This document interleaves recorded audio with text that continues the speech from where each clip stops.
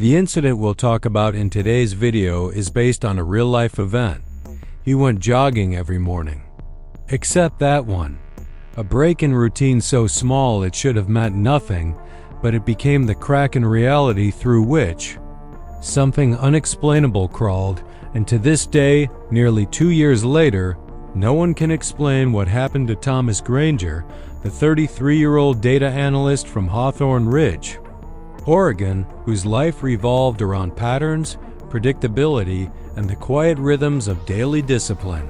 A man who woke at exactly 5:12 a.m. each day, fed his dog Marley, stretched, drank lemon water, put on his blue running hoodie and black track pants, laced his Nike Pegasus 36s, and stepped out onto the same leaf-strewn trail by 5:40 a.m. sharp, jogging a precise 4.3 miles through Ridge Trail Loop, never more.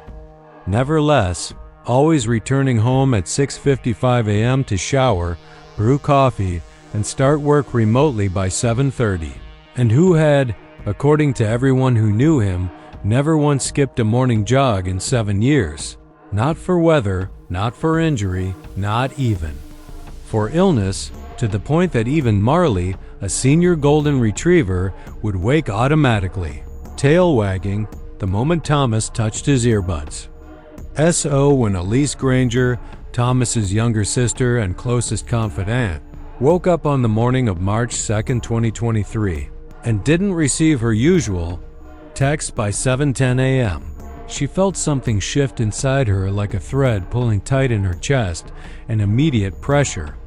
Because Thomas never missed that text. It had been their thing since their parents died in 2016, and when she called and got no answer, she drove the 14 minutes to his home, found Marley pacing anxiously near the door, found Thomas's bed neatly made, his running hoodie gone from the hook, his shoes missing, and a single travel coffee mug sitting on the counter filled with cold coffee he hadn't taken, which she said was the most terrifying detail of all because Thomas never forgot his coffee. She called the police immediately, and within 2 hours, a full search was underway. The Ridge Trail Loop closed, and drones, bloodhounds, thermal cameras, and volunteers combed the forest. But no trace of him was found, no body, no dropped phone, no footprints, not even the scent trail the dogs were trained to follow, and it was as if the moment Thomas left his front door, he had stepped not onto the sidewalk but into a gap in the world that was waiting just for him. And things only became more disturbing from there, because the last signal from Thomas's phone was a weak GPS ping near the northwest bend of the Ridge Trail, a dead zone where signal was notoriously patchy. But what puzzled investigators was that the GPS path didn't show a straight route. It showed erratic movements, sharp back and forths, almost like he was pacing or circling, ending abruptly at 6:06 a.m. When they reviewed satellite data and thermal imaging from that morning, there was a brief moment at 6:05 a.m. where a second heat signature appeared near Thomas's last known location, too tall for a bear, too narrow for a deer, standing upright and motionless, and then it vanished in the next frame. And then came the voicemail at 6:43 a.m. Elise received a 12-second voice message from an unknown number, time-stamped from a non-routable IP, in which Thomas's voice is heard, whispering. I followed it. It didn't run. It waited. It knew my name, followed by static, a low pulse like a heartbeat, and what forensic analysts described as non-human vocalizations in the background. The audio was later enhanced to reveal whispering in a reverse pattern, which, when reversed, said, keep walking, don't turn around, not yet. And this was where the story became something more than a disappearance. It became a phenomenon, because Thomas's smartwatch, found sitting on his desk at home, something he never removed during exercise, had recorded a massive spike in ambient EMF energy at 5:57 a.m. that morning, nearly 19 times above normal levels, followed by a 41-second blackout in the memory. Logs, something only observed in cases of EMP discharge or magnetic field collapse. And then there was the photo, because Thomas had an auto backup app installed on his phone that uploaded any new media directly to his encrypted cloud. And at exactly 6 hours 4 minutes and 17 seconds a.m., a photo was taken from his phone's rear camera showing the trailhead, foggy and dim, with morning sun breaking through in thin beams. And in the far right corner, partially obscured by trees, a shape can be seen, vaguely humanoid but longer than a human. Limbs wrong, bending too far back, with a single white eye where the face should be. And although experts said the image was too pixelated to identify, no one could explain how the image contained no EXIF data, no shutter speed, no ISO, no aperture. As if the camera itself hadn't taken it.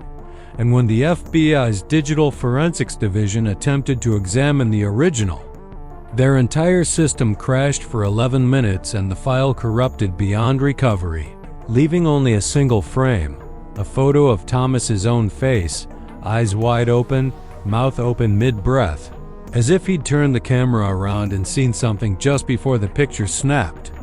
After that day, Elise began receiving anonymous emails with no subject line and attachments that appeared to be white noise audio, but one file, when visualized through spectrogram, revealed a sentence spelled in waveform.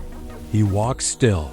He is not alone, and neighbors reported seeing a man jogging near the trail in the early hours, matching Thomas's build, but when approached, the man would vanish into fog or simply disappear behind a tree line, never to emerge again.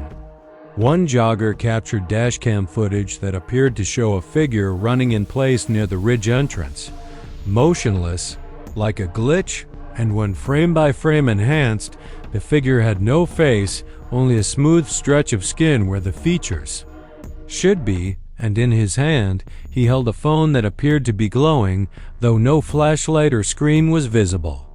And still, the text continued. Elisa's phone received one every day for 14 days after the disappearance.